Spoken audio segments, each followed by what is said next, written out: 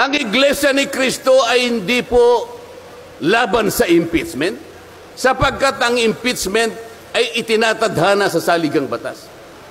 Ngunit, kung ang paraan ng pagsasagawa nito ay wala sa batas at wala sa tuntunin, ito na naman ay pagmumulan ng kaguluhan, pagmumulan na naman ng pagkakabahabahagi ng ating bansa.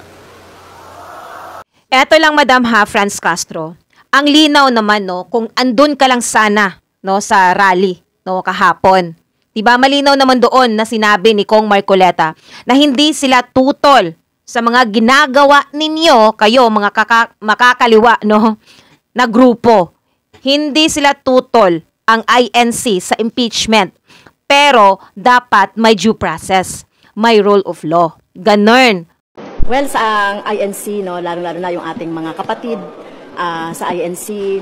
So, ako po ay nirerespeto ko po yung inyong karapatan sa pamamahayag sa araw na ito. So, karapatan naman ng bawat individual yung magpahayag, no, kung ano man yung kanilang mga saloobin, lalong-lalo na sa nangyayari sa ating pamahalaan o kaya yung gusto nilang mangyari sa ating bansa.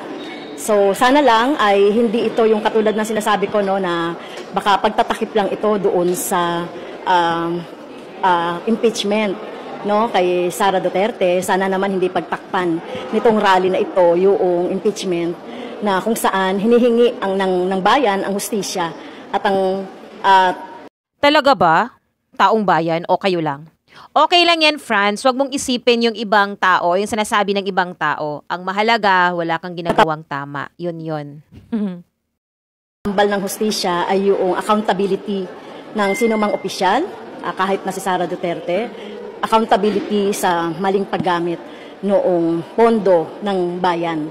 No, kasi nung una kasi parang sinusuportahan nito yung pahayag ni President Marcos tungkol doon sa kanyang disgusto sa impeachment. So, kasama po ang mga kapatid sa Iglesia ni Cristo, itong national interest na ipinaglalaban natin, na panagutin sa pamamagitan ng impeachment si Sara Duterte doon sa kanyang misispend ng pondo.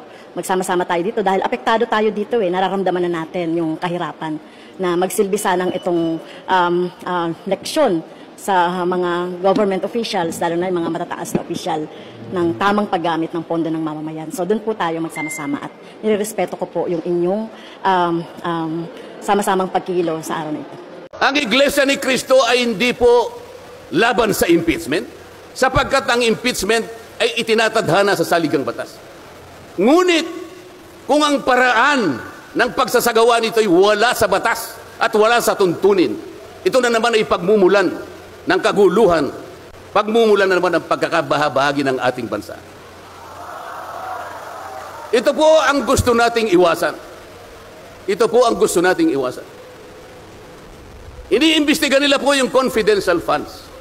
Ang tanong ko po, Mr. Chairman, mahigit pong 400 opisina at ahensya ng ating pamahalaan ang tumatanggap ng confidential funds.